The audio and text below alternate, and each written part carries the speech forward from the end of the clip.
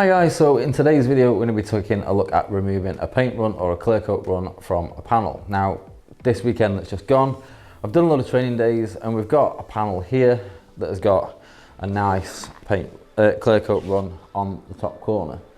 Now as you can see, it goes right across that edge there, and there's also a bit of a sag on that top corner there.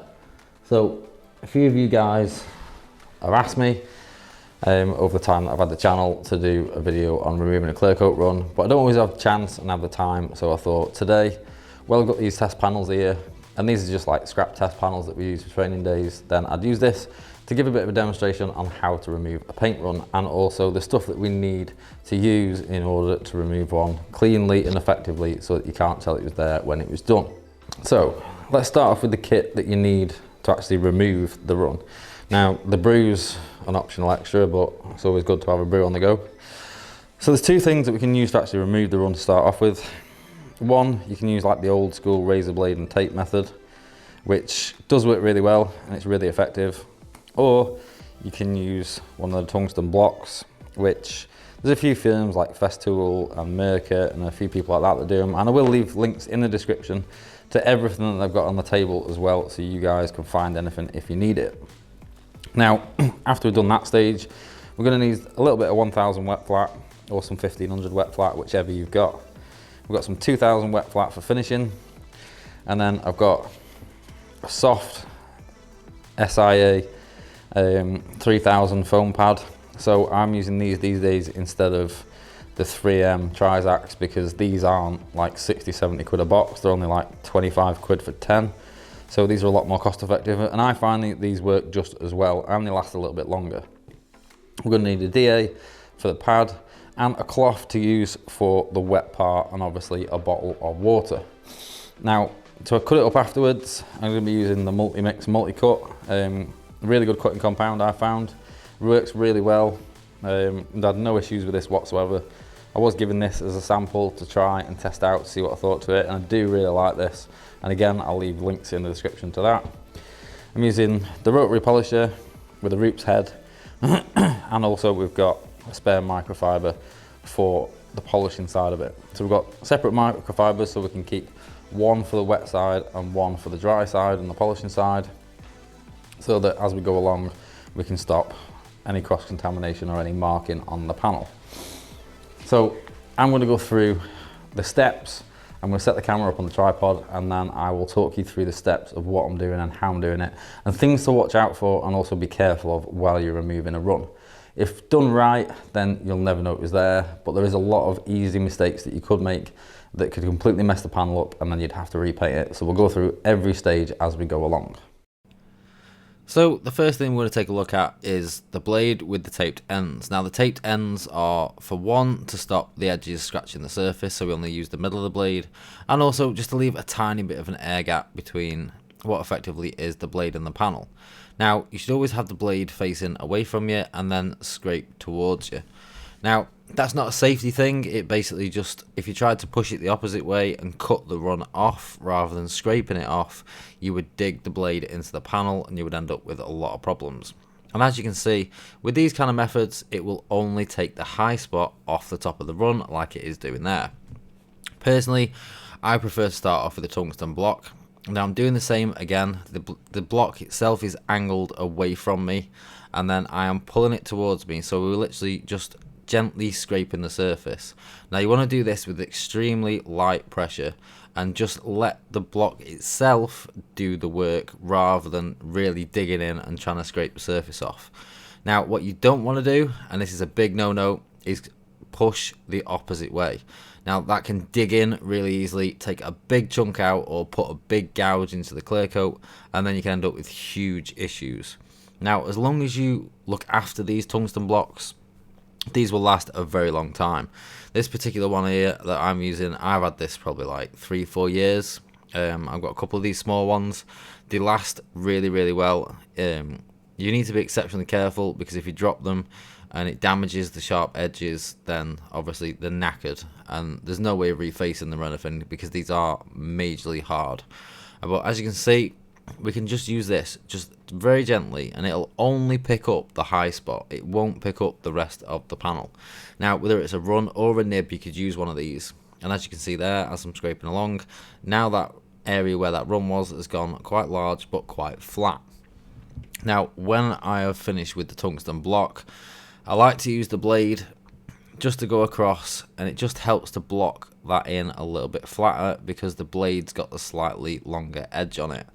Again, just light pressure, I'm just scraping along, I'm letting the blade scrape this off itself, and now you can see that where the run was expanding out into a flat spot that's a lot larger.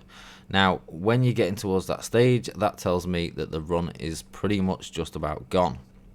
Now, obviously, scraping this with the blade or with a block is going to be quite harsh, and it'll only ever be so accurate as far as getting this out flat goes. Now, I've seen some people try like a filler method. Personally, not a massive fan of that. I'm not saying that it doesn't work. I know for some people they like it and it works, but for me, doing it this way, it keeps everything dry. I can see everything really easily, and I know when this run is pretty much 99% cut out. And what I'm aiming for realistically is for this run to be about 95% cut out, like so. So we've got a wide area now, rather than at the opposite end where we've got a thin area. We've got a wide area now where that's taken out. So now what we're going to do is we're going to take a double density block. We're just going to, or you can use like a hard rubber block if you want. We're going to take some 1000 wet flat, just a light bit of water. Again, personally, I don't use soap in my water, I just use water. And we're just going to block across where that sag was there, and also across the run where it was in the middle. Now we're going to block this out. We can do it up and down, you can do it round and round, you can do it whichever way you want, but you want to try and focus obviously on the high spot of the run. So you put in the main part of the block always across the top of that run. You don't want to be going really like, you know, starting from underneath it and then going from over the top of it. You want to try and keep your block constantly the middle of the block over where that high spot was, and just gently work it down. Now you could work it down a little bit like I did there, dry it off, check it if you wanted to, and then wet flat it a bit more.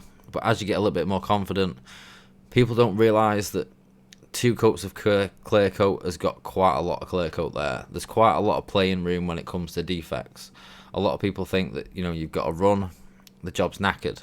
Now in base coat runs are a pain to get rid of because you have to fully get the base coat really dry, and then base coat's not really nice to sand down. It can leave a lot of problems when you try and sand it down, and then obviously you've got to rebase it, and then you can get onto the clear coat stage.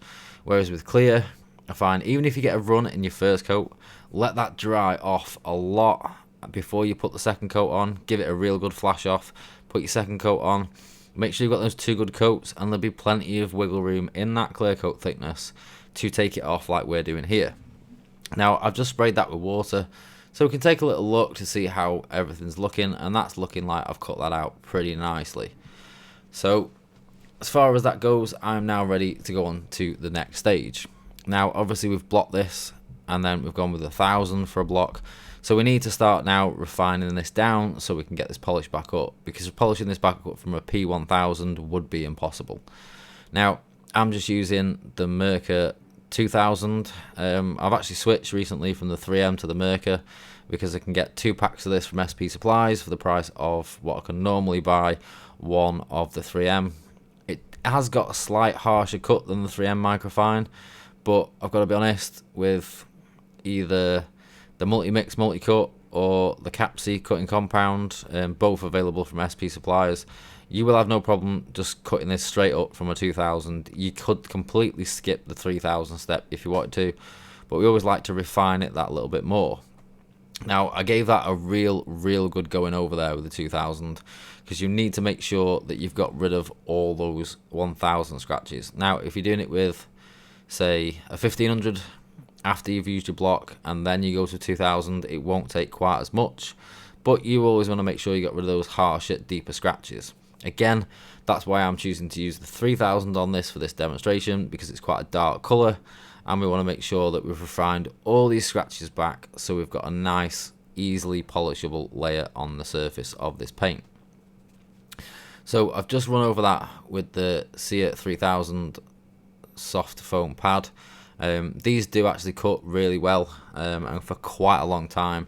I used these on the bay window camper van that I did, and I only used 2 pads for the whole van. And at about this stage in the job, it's definitely time for a swig of your brew. Now, after you've had your brew, it's time to get the multi-cut, multi-compound out. Multi-mix, multi-cut compound out. You don't need a massive amount of this. I put too much on this panel when I did this, because it was a fresh bit of the panel, and as you'll see, I started to spray it about a lot when I started off. So you could probably get away, if I'm honest with you, with about half that amount on the panel. It's just that I'd freshly cleaned this head out as well, so it was nice and clean and free from any polish. So I was going with a dry head, and I want to make sure there's plenty of lubricant on there. And with it not being on the car, it's not too much of an issue. Now you want to make sure that you do this as methodically as you paint a panel, which is one thing that I was teaching to one guy in one of my training days the other day. That when I'm polishing, I try and keep a nice overlap, and a nice overlap of strokes, like when you're painting and you're doing a 50% overlap. Try and keep the same sort of overlap when you're polishing. That will mean that as you're going across a panel, if you go around, say, the edges first, which is what I normally do, and then you give a nice overlap with a couple of passes across the panel, then fingers crossed, once you've wiped it down like I'm doing here, you won't have missed any, or, you know, if it's all slightly dull, or it'll all be fully glossed like this one is here. So that's what we started off with. I'd say it's an average run. It's not a massive run. It's not a small run. You know, that one there obviously is a little bit bigger than just your average sag, but it's an everyday sort of thing, and that is then once it's done. Now, one thing to always note is obviously you are going to remove the peel, so if you do go removing a run, you are going to end up with a flat spot in the panel, so you'd have to blend that out into the rest of the panel and try and, you know, feather it out a little bit peel wise. But for me, that's my process of getting rid of a Clearcoat run. I hope some of you guys have found that informative, and I will leave links in the description to everything we've used in the video. That's it for me for today, guys, and I'll see you again soon. Bye for now.